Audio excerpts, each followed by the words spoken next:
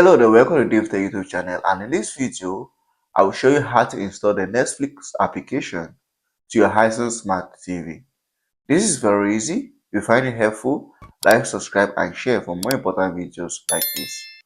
So on your Hisense Smart TV, what you have to do exactly is to start by figuring out where your app store is. Here's mine, my Vida official app store. Now launch it, and to launch it is going to bring it to this page. Now you can browse through to find a Netflix app, but the simplest thing to do is just to go and come over here and search. So searching, you just have to type in Netflix.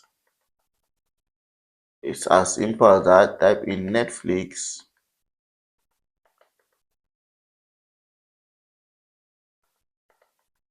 So if I type in Netflix over here, I think I'm doing the right thing so far.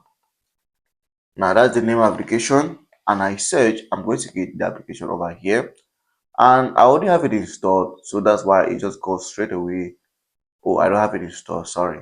So here's it. What I do now is just click install, and the application is going to install straight away to my Hisense Smart TV. Then I choose where to place it, and then I'm good to go. And I can launch it and start using it on your Hisense Smart TV.